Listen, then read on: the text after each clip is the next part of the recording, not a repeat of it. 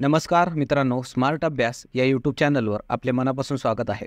आज दिनांक 25 जुलैच्या ज्या काही महत्त्वाच्या चालू घडामोडी असणार आहेत त्याचा अभ्यास या व्हिडिओच्या माध्यमातून आपण करणार आहोत। तत्पूर्वी आपण जर चॅनलला नवीन असाल तर आपल्या चॅनलला सबस्क्राईब करा आणि व्हिडिओ आवडल्यास व्हिडिओला लाईक करा। तसेच हा व्हिडिओ आपल्या विद्यार्थी मित्रांना नक्की शेअर करा, जेणेकरून याचा फायदा आपल्या मित्रांना सुद्धा होईल। चला मग सुरुवात करूया काल दिलेल्या होमवर्क क्वेश्चनने। तर प्रश्न असा होता की महाराष्ट्राचा राज्य प्राणी कोण आहे, आणि याचं उत्तर मित्रांनो बरेच जणांनी कमेंटमध्ये दिलेलं आहे। त्यांचं अभिनंदन, आणि ज्यांनी उत्तर दिलेलं नाही किंवा ज्यांना माहीत नाही त्यांच्यासाठी आपण आज ते प्रश्न डिस्कस करणार आहोत। तर याचे ऑप्शन्स आपल्यासमोर आहेत आणि याचं उत्तर असणार आहे मित्रांनो ऑप्शन नंबर डी, अर्थात शेकरू खार हे महाराष्ट्राचा राज्य प्राणी म्हणून घोषित करण्यात आलेलं आहे। तर त्यासोबतच आपल्याला इतर पण गोष्टी या माहीत पाहिजेत एक्स्ट्रा इन्फॉर्मेशन म्हणून, जसं की महाराष्ट्राचा राज्य प्राणी आपण बघितला शेकरू खार आहे। ती खास करून भीमाशंकर जे अभयारण्य आहे पुण्यामध्ये, ते पुणे जिल्ह्यातल्या भीमाशंकर अभयारण्यामध्ये खास करून ही खार आपल्याला पाहायला मिळते। दुर्मिळ अशी प्रकारची ही खार आहे मित्रांनो, त्यामुळे महाराष्ट्र राज्याने त्याला राज्य प्राणी म्हणून घोषित केलेलं आहे। तसेच महाराष्ट्राचा राज्य पक्षी काय असेल तर हरियाल मित्रांनो, हे जे हरियाल आहे तो महाराष्ट्राचा राज्य पक्षी म्हणून घोषित आहे। महाराष्ट्राचा राज्य फुलपाखरू जर विचारला तर ते ब्लू मॉर्मॉन असेल। महाराष्ट्राचा राज्य वृक्ष हा आंबा आहे। महाराष्ट्राचा राज्य फूल जारूळ आहे। महाराष्ट्राचा राज्य खेळ कबड्डी।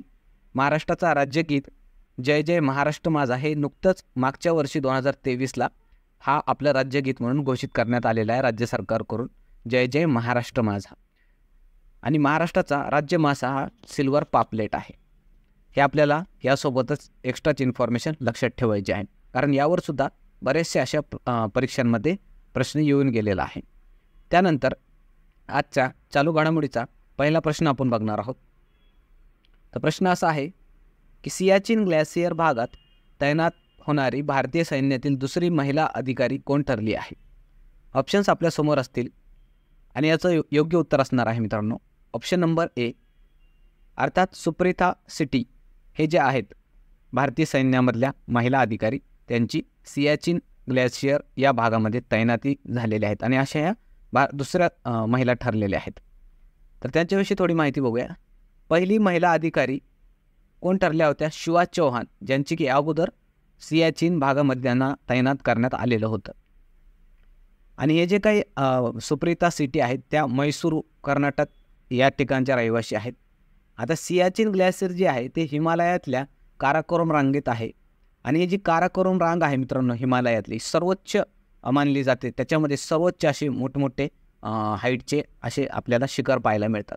तो भाग आहे हा सर्वात उंचीवरचा, आणि त्या ठिकाणी या महिला अधिकाऱ्याची आपली नेमणूक झालेली आहे। तसेच जगातलं सर्वात उंच बॅटलफील्ड म्हणून या भागाला ओळखलं जातं, अर्थात सर्वात उंच ठिकाणावर असणारी ही युद्धभूमी आहे। 1984च्या वेळेस भारताने पाकिस्तानच्या ताब्यातून सियाचीन मुक्त करण्यासाठी ऑपरेशन मेघदूत राबवलं होतं। तर या दृष्टीने आपल्याला ऑपरेशन मेघदूत विषयी थोडीशी माहिती पाहिजे की नेमकं कशासाठी ऑपरेशन राबवण्यात आलेलं होतं। तर ही इन्फॉर्मेशनसुद्धा आपल्याला लक्षात ठेवणं गरजेचं आहे। त्यानंतर पुढचा प्रश्न बघणार आहोत आपण की नुकतेच स्पेसएक्स या कंपनीने त्याचे मुख्यालय कोठे स्थलांतरित करण्याची घोषणा केली आहे। तर ऑप्शन्स आपल्यासमोर असणार आहेत आणि याचं योग्य उत्तर असेल मित्रांनो ऑप्शन नंबर डी, टेक्सास, जे की अमेरिकामध्ये आहे। त्या टेक्सास या शहरामध्ये आता स्पेसएक्स जी काही अंतराळ कंपनी आहे अमेरिकेतली, ते त्या ठिकाणी त्याचं मुख्यालय जाणार आहे। अगोदर हे जे काही मुख्यालय होतं ते अमेरिकेतल्या कॅलिफोर्निया या ठिकाणी होतं, पण त्यांनी काही जी काही गव्हर्नमेंटचे हे असतात पॉलिसीज त्यांना काही आवडलेलं नसल्यामुळे त्यांनी त्यांचं जे मुख्यालय आहे त्या ठिकाणाहून टेक्सासला घेऊन जाण्याचं ठरवलेलं आहे।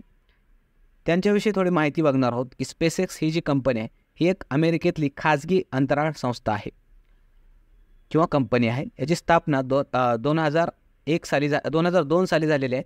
या ठिकाणी मित्रांनो हे प्रिंट मिस्टेक झालेली आहे 2020 ते 2002 असं तुम्ही करेक्शन घ्या, आणि याचे संस्थापक हे एलॉन मस्क हे आहेत। त्याच्यानंतर पुढचा प्रश्न असणार आहे की नुकतेच बजेट 2024-25 सालासाठी प्रधानमंत्री मुद्रा लोनची मर्यादा वाढवून किती करण्यात आलेली आहे। तर ऑप्शन्स आपल्यासमोर असणार आहेत आणि याचं योग्य उत्तर असेल मित्रांनो ऑप्शन नंबर बी 20 लाख। ही आता प्रधानमंत्री मुद्रा लोनची मर्यादा वाढवण्यात आलेली आहे. पूर्वी किती होती ही मर्यादा? तर फक्त 10 लाख होती. आता ती वाढून 20 लाख करण्यात आलेली आहे. त्याविषयी थोडी माहिती बघूया. आधी मर्यादा किती होती? 10 लाख. प्रधानमंत्री मुद्रा योजना याची सुरुवात जर विचारली तर 8 एप्रिल 2015ला याची सुरुवात झालेली आहे. लघु व सूक्ष्म उद्योगांना वित्तीय सहाय्यता देण्यासाठी योजना सुरू करण्यात आलेली आहे. आणि तसेच बजेट जे 2024चं मांडण्यात आलेलं आहे ते कोणी मांडलं? तर अर्थमंत्री आपल्या निर्मला सीतारामन. हे पण आपल्याला लक्षात ठेवायचं आहे. आणि हे त्यांनी सलग 7व्यांदा हे बजेट मांडलेलं आहे मित्रांनो. हे पण आपल्यासाठी महत्त्वाची गोष्ट आहे.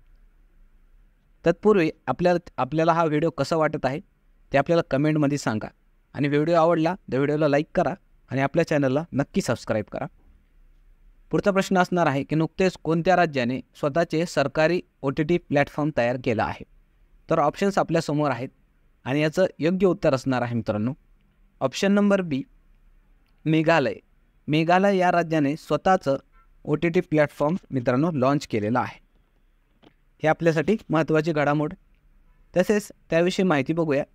मेघालय हे OTT प्लॅटफॉर्म सुरू करणारं पहिलं राज्य ठरलेलं आहे आणि तरुणांच्या उत्कटतेचं भांडवल करते. म्हणजे तरुणांमध्ये जे काही जे तरुण आहेत ते कॉन्टेंट वगैरे तयार करतात, मग ते लघुचित्रपट असतील किंवा इतर फॉर्ममध्ये ते या OTT प्लॅटफॉर्मवर टाकू शकतात आणि त्याद्वारे ते जे काही आपलं हे असतं डिजिटल मीडिया त्याच्यामध्ये ते येऊ शकतात. त्या दृष्टीनं हे प्लॅटफॉर्म सुरू करण्यात आलेला आहे. याचा उद्देश काय आहे की त्यांना म्हणजेच जे काही तरुण आहेत त्या मेघालय राज्यातले त्यांना उत्पादक क्रियाकल्पांमध्ये गुंतवून ठेवणे आणि आर्थिक वाढ हे सक्षम करणे.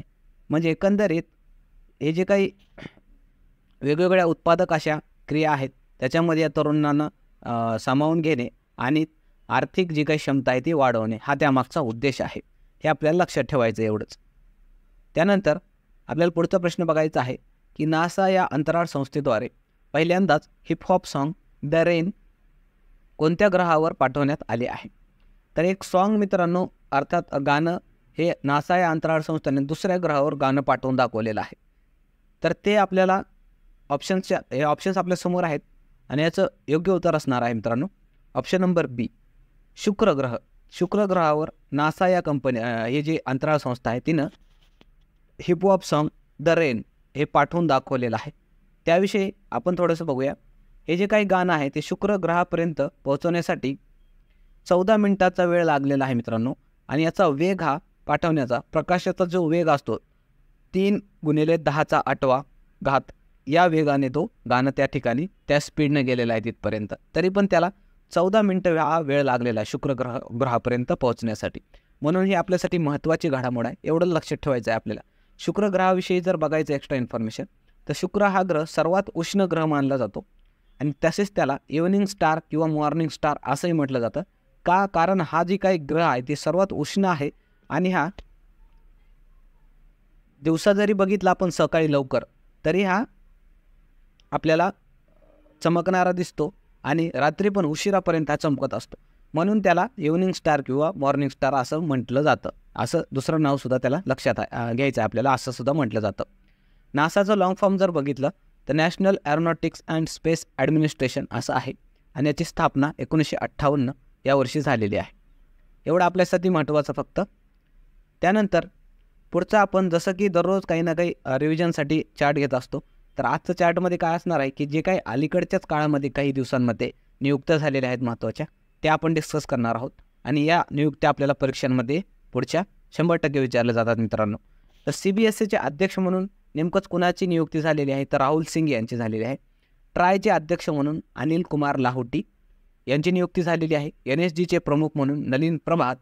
त्यानंतर NIAचे महानिदेशक म्हणून सदानंद दाते. हे महाराष्ट्रीयन आहेत सदानंद दाते, ते आपल्याला लक्षात ठेवायचे. त्या दृष्टीनं NIAचे प्रमुख म्हणून सदानंद दातेंची नियुक्ती झालेली आहे.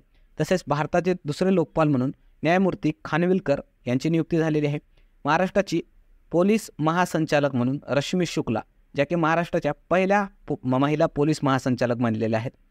आणि महाराष्ट्राच्या मुख्य सचिव म्हणून सुजाता सौनिक यांची नियुक्ती करण्यात आलेली आहेत. या पण महाराष्ट्राच्या पहिल्या महिला मुख्य सचिव म्हणून नियुक्त झालेल्या आहेत. ह्या दोन्ही महिलांविषयीच्या घडामोडी आपल्याला लक्षात ठेवायच्या आहेत. आगामी परीक्षांमध्ये हे IMP असणार आहेत 2 दोन्ही पण ज्या काही महिलांच्या नियुक्त्या झालेल्या आहेत. त्यानंतर मित्रांनो पुढच्या चार्टमध्ये आपण जे काही मागच्या काळामध्ये जे महत्त्वाचे पुरस्कार दिले गेलेत त्याचा एकदा परत रिव्हिजन घेणार आहोत.